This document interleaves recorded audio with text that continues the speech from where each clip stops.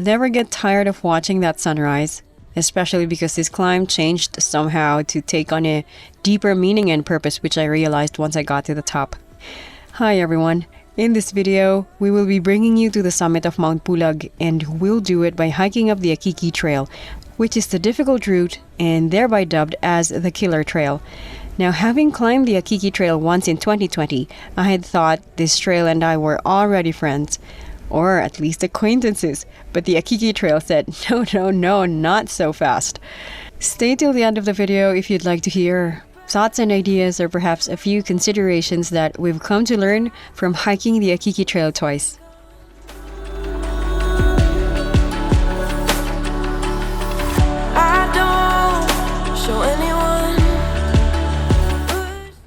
So there's Ryan on day 1 travel day with his 10 kilogram or perhaps a bit more backpack. So most of us in the group, and we're a big group, live in Baguio and Benguet, so we hired a jeepney to bring us to the DNR Visitor Center in Bukod, Benguet. Time check, it's 1:40 p.m. and we're now leaving Baguio for the mountains of Bukod. It took us around 3 hours to get there, but that actually included a half-hour stopover along the way to have lunch. If you drive your own car or motorcycle and travel non-stop, maybe you can cover this distance in around 2 hours or less. Here we are at the Mount Pulag Protected Area office at around 4:30. This is the office where every hiker has to register and pay the required fees, as well as attend the orientation. That's the most important part. And oh yeah, just like everybody else who comes here with a sticker, we're gonna kind of vandalize their wall and put our mark on their door jamb.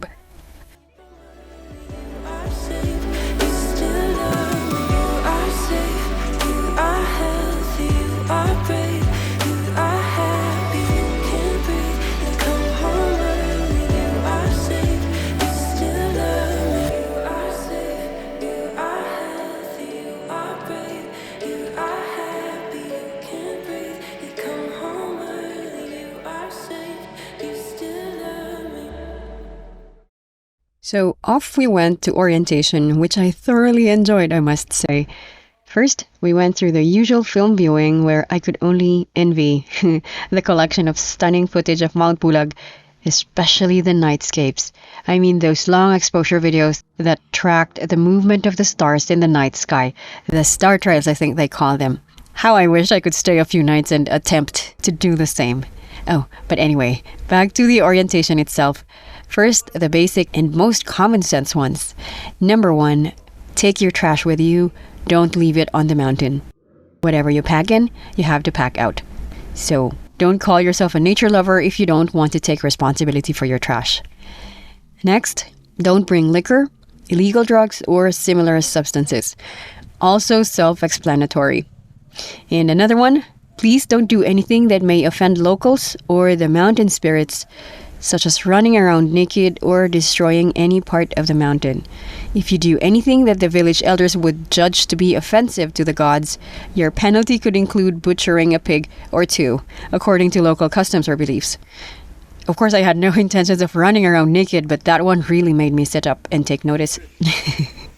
The best part of the orientation, though, was when the park superintendent looked at us and said, "Climbing mountains is supposed to be a brotherhood. It's a fellowship. Be helpful and encouraging to each other." And that really set off a positive mood among the group, I think. That was the best send-off she could have told us before we headed for the Akiki Ranger Station, which was nearly an hour away.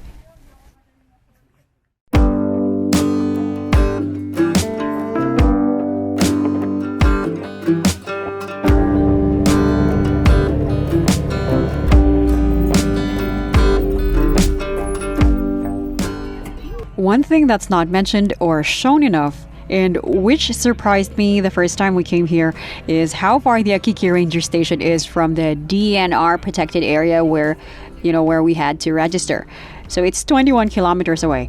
And the very first time we came here, I was like, are we there yet? Every 10 minutes. It's actually a nice drive though, especially on a dry afternoon like this.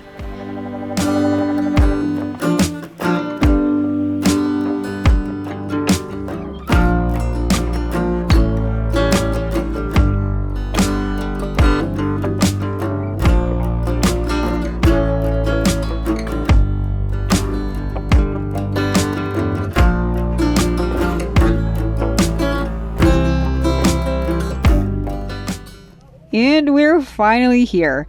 Unfortunately, as can be seen here, the path leading to the ranger station has been damaged by a wall collapse due to a recent earthquake.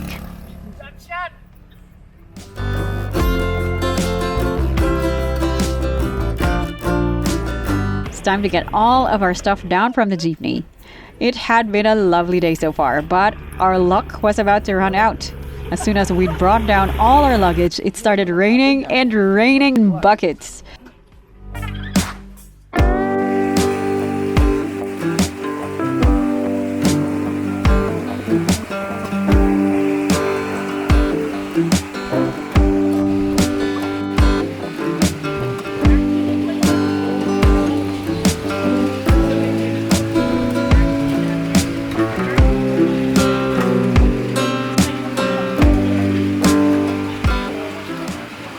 The initial plan had been to try to reach the Adit River campsite before dark, but obviously in this kind of weather it was already impossible and risky to try to do so. So then we decided that we would spend the night in a nearby homestay and then start hiking out the next morning. It was the best choice we had if we didn't want to camp out in the rain and then have to hike the next morning with wet tents and gear.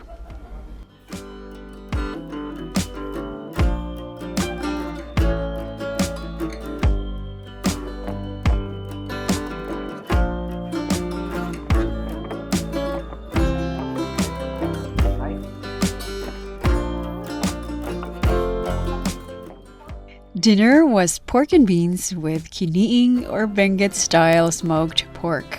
It was too salty, honestly, but it was still really yummy and smelled really nice. Oh, we'll be making a separate video about food you can bring while backpacking or camping, especially in a Philippine setting. And we'll also show you what we brought on this trip, so please watch out for that.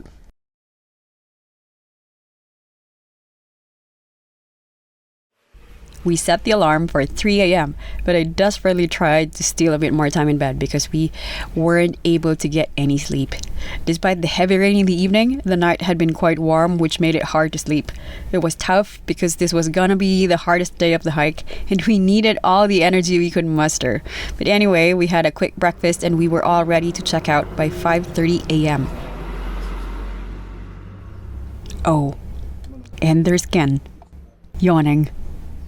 Probably feeling groggy. I totally felt the same way.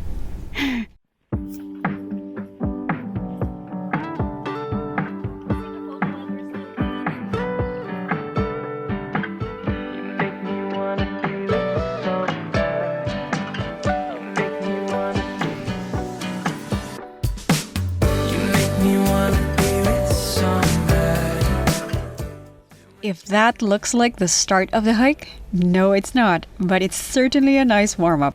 We're actually still just climbing the pathway going to the ranger station to do the second round of registrations. So at the ranger station, you're going to pay the LGU fee of 150 pesos for the town of Kabayan, and also your guide fees and porter fees. So I tried to organize these numbers in a neat little table as follows. First, the guide fees. For overnight camping, the guide fee for the Akiki Trail was 1,800 per group of 7, plus 100 for each additional person. If you're camping for 2 nights, that's going to be 2,100 per group of 7, plus 100 for each additional person. As for the porter fees, for overnight camping, you'll be charged 1,500 for up to 15 kilograms, with an additional 100 for each added kilogram. If you're camping for 2 nights, you'll have to shell out 1,900 for up to 15 kilograms, plus 100 for each added kilogram. However, on top of the overall total of your porter fees, there's going to be an additional 300 pesos. If you'll do this hike, you'll know what a ball-busting job it is to carry heavy stuff up a vertical mountainside, so it really won't be cheap, especially considering the risk of injury to the porters. So these are only fees in 2023 and they may possibly change in the future.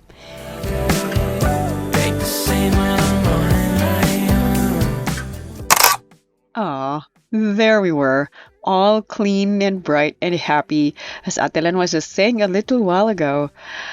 Let the adventure begin. Let the adventure begin.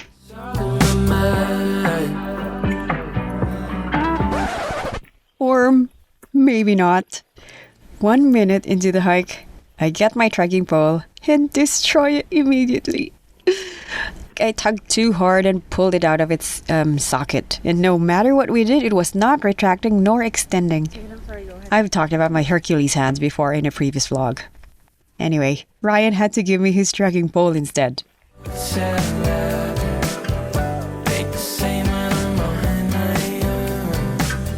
Okay, since we're already on the subject of trekking poles, that would be one of the things we recommend that you bring when doing this hike or other steep hikes. When you're hiking uphill, trekking poles allow you to distribute the weight and the work to more muscles, especially your arms and your shoulders. And when hiking downhill, trekking poles will also absorb a lot of the force that your knees would have to endure by themselves. By using poles, you can also keep your balance better when you're hiking on uneven, slippery, or difficult terrain. So despite the added weight, we highly recommend bringing these things. Ryan and I actually had only one trekking pole each on this hike, so now that I got his, I made it harder for him to do this hike, which will have like implications later on.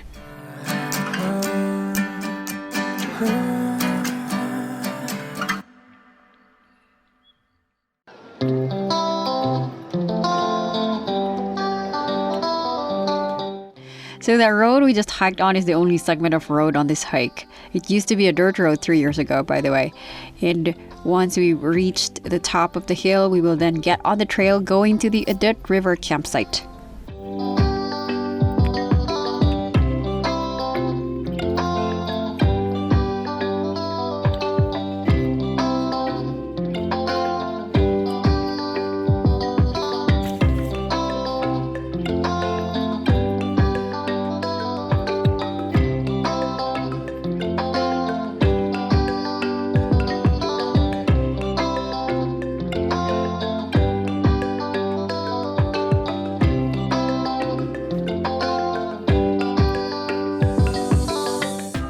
We've reached the pine forest resting area, which is kilometer 4 of the 22-kilometer Akiki Trail, according to this Mount Pulag National Wildlife Treasure Map.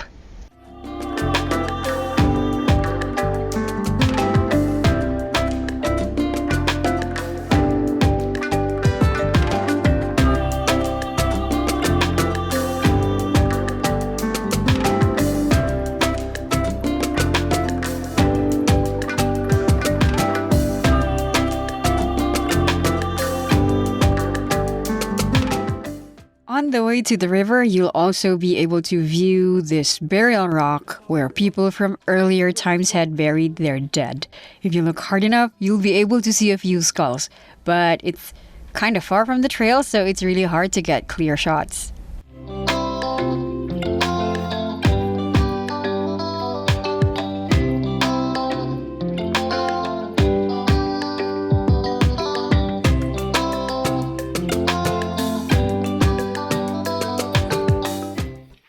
From the burial rock, the trail goes on for 2 more kilometers according to the map, up and down on rocky terrain to reach the Adet camping area.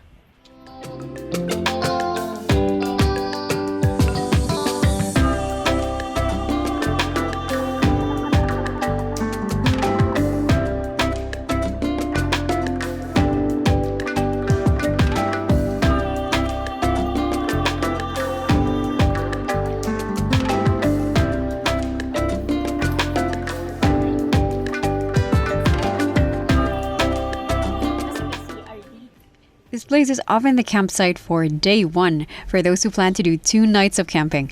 It's a really nice shaded area with a water source, and we did refill our water bottles here. This is a major rest stop for us before we start the truly vertical climb on the other side of the river.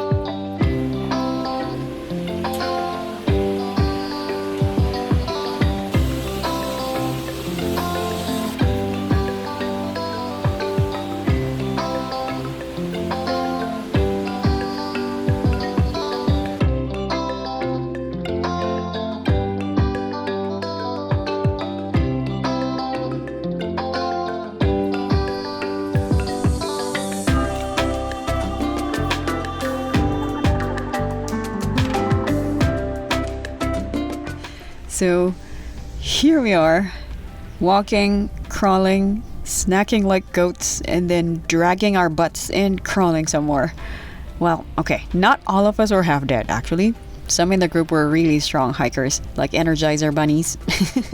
Those be Trishan, Ku, Atan, and JC, who were our lead. And oh yeah, Kuya Allan, who was the one going back and forth.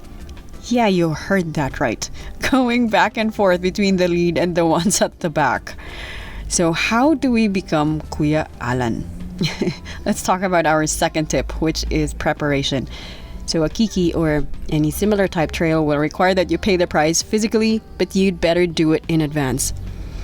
We did this hike on the last day of April, and my preparation was for some of March, and the whole of April I walked to my son's school, which was a back and forth distance of around 5 to nearly 6 kilometers, about 3 to 4 times a week. Was that enough? Absolutely not. Because hill training or walking up and down slopes was what we actually needed.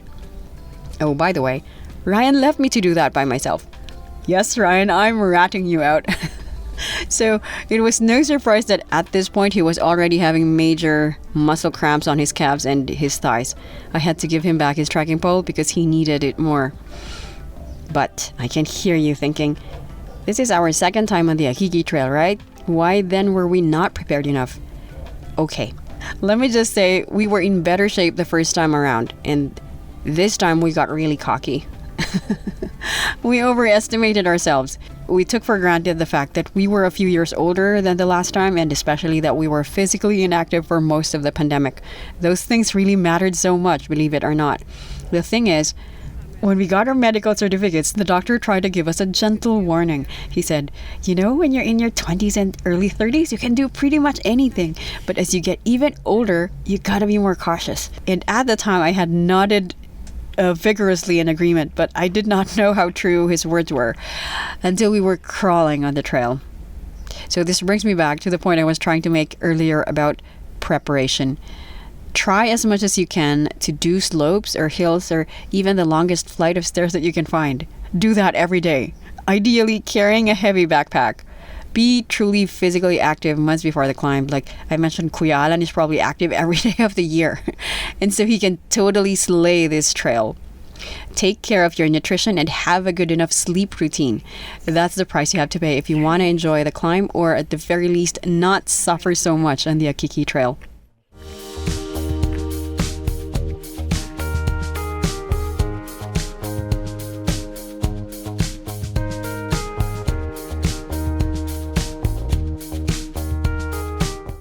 Time check, it's 12:45. We started the vertical climb at around 9:30 and we're about to reach the Marlboro resting area, otherwise known as the Akiki campsite, which is kilometer 16 in this map. So it took us 3 hours and 15 minutes to hike the 7 kilometers from the Adet River up to here. You can imagine how happy we were to get here because we could finally have our lunch and rest a bit longer. We could also refill our water bottles because there's a water source here.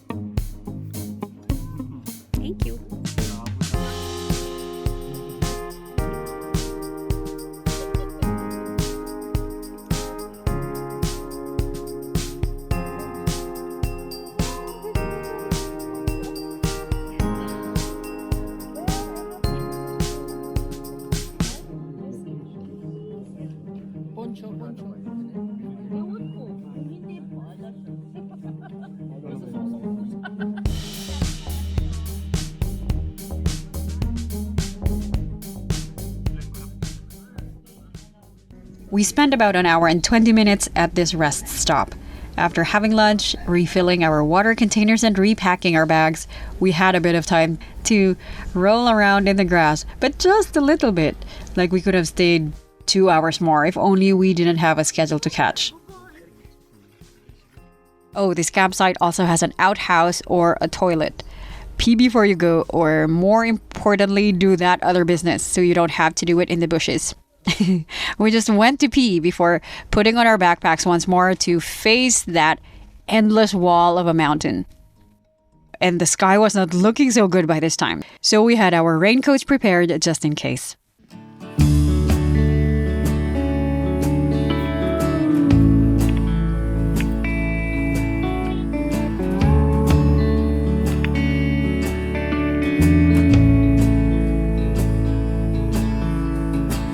Just when I think I've learned it all. No sooner had we left the resting area than it started drizzling.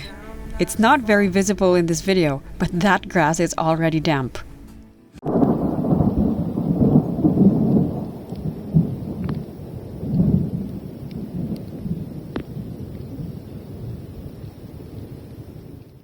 And that was thunder, ushering in a thunderstorm. We found out the next day that further down the mountain on the towns below, they had a hailstorm.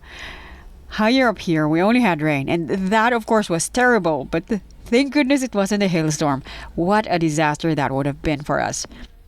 We tried to hike without raincoats for as long as we could, but we had to put them on when we got to the Mossy forest because the rain had gotten stronger, much stronger by then.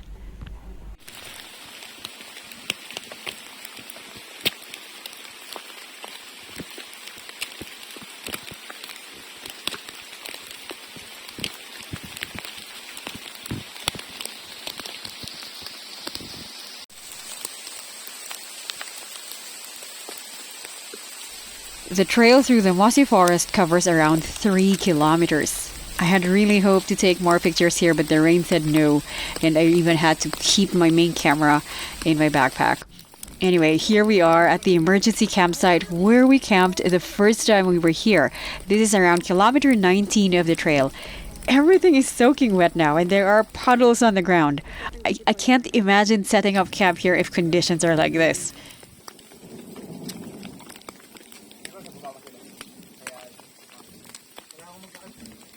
And there's Kuya Paul changing into drier clothing. He told us later he really needed to change because he could no longer stand the cold from his wet clothes.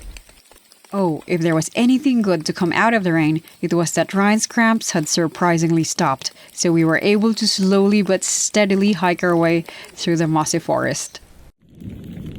The cold trek through the rain felt endless. But finally, we emerged from the Mossy forest and into the grassland, like from a dark cocoon into the open sky. It felt strange and new, and I didn't know why at first. Then I suddenly realized that the last time we were here, we were passing through this part in the dark, in the early hours of the morning, so we could not really see the landscape then. I'm talking about this landscape.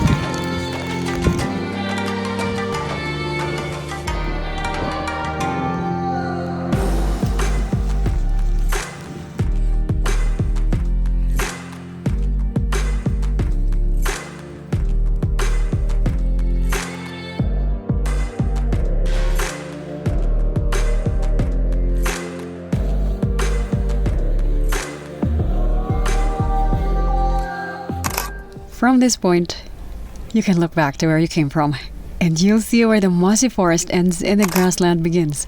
You can also look into the sprawl of the blue mountains on the opposite side, shrouded by puffs of cloud. This was definitely worth walking in the rain for. And of course, mine and Ryan's shoes were soaked, but at least water was not pooling inside. I mean, it was constantly draining out. The guys were changing here or putting on more layers. We were already at an elevation of around 2,800 meters above sea level. That's 100 meters lower than the summit. And it was already frigid, more so because of our damp clothes. So I thought I'd survive this hike without any issues, but as soon as we got to the top of the grassland, I started feeling a sharp pain on the inner part of my right knee. It was the first time that this has ever happened, and it took me by surprise.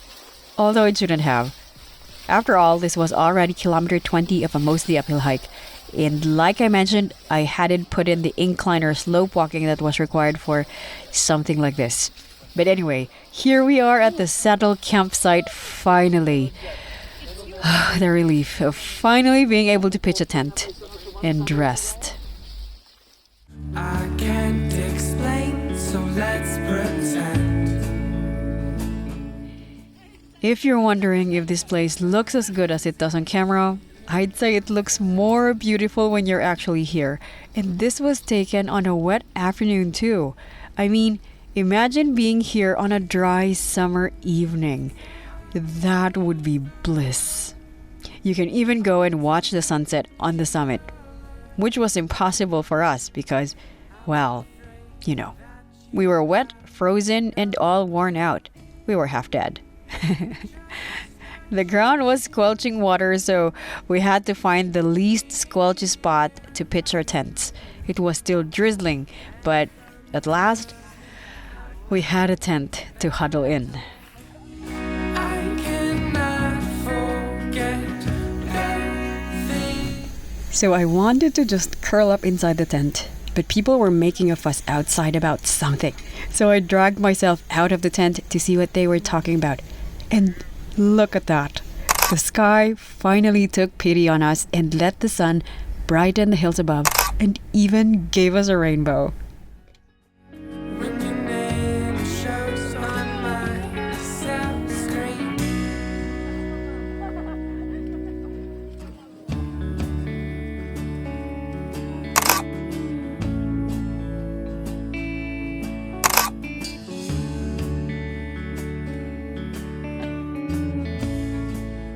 Dinner was the very convenient luncheon meat and rice, which we just shoveled in so we could bury ourselves in our sleeping bags as soon as possible. I was so sluggish due to exhaustion and the cold. And at this point, I didn't even know if I could move at all the next morning. So what we did to make things easier was, before sleeping, we already put on the clothes we would use for the summit hike. This way, when we woke up, we no longer had to change into a new set of cold, frigid clothing. So I put on my inner leggings, my hiking pants, and 3 layers of tops, and Ryan did the same. If time is nothing more than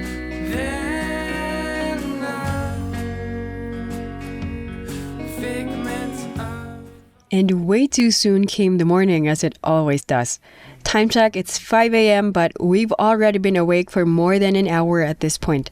We've already prepared breakfast and folded our sleeping bags and also deflated our earth pads. So we'll just gulp down our oats and coffee before taking down our tent. Before that, though, there's the problem of what to do with our wet shoes. Thankfully, though, someone in the group, specifically Eric, brought enough plastic bags for everybody to use as socks so that we didn't have to hike with our feet soaking in our wet shoes. Let me just say, Eric, you were our hero.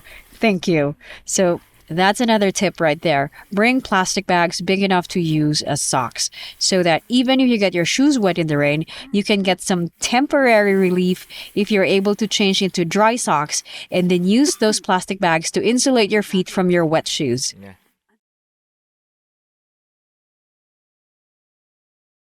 Let me just say, breaking camp is not fun. This is actually the least fun part, especially on a wet campsite. It rained again near midnight, so there was really no chance for anything to dry up. We had to take down our wet tents and pack our stuff on top of soaking wet grass.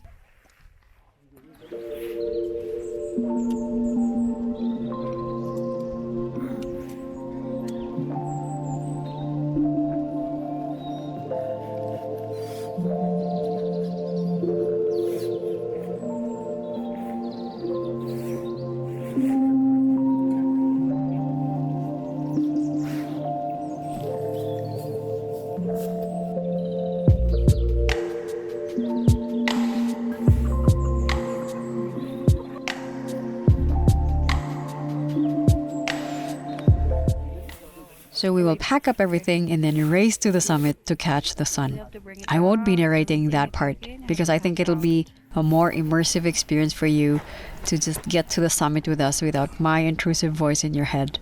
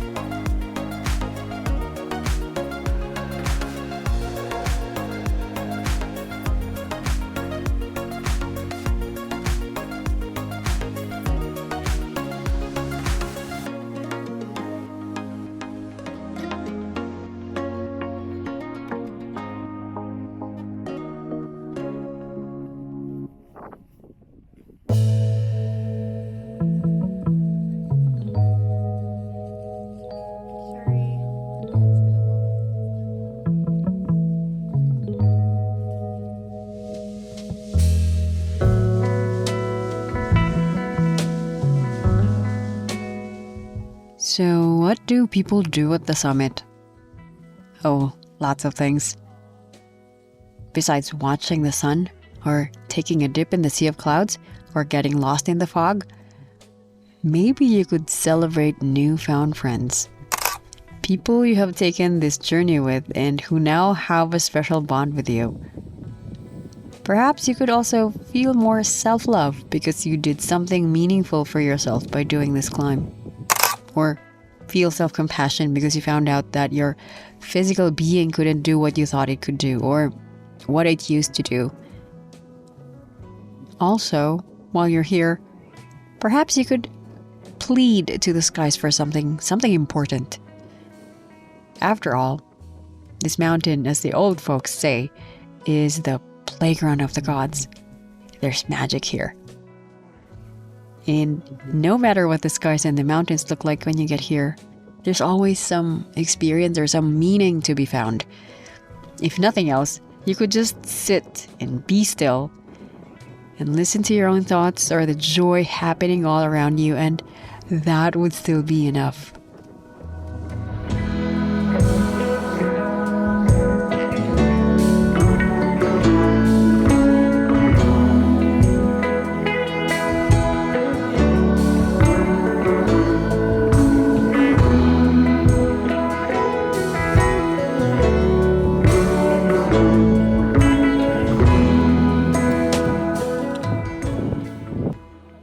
And when you're done doing any of those things, it will be time to heave your bags once more and to join the parade of hikers coming back down to earth. No one can stay at the summit forever.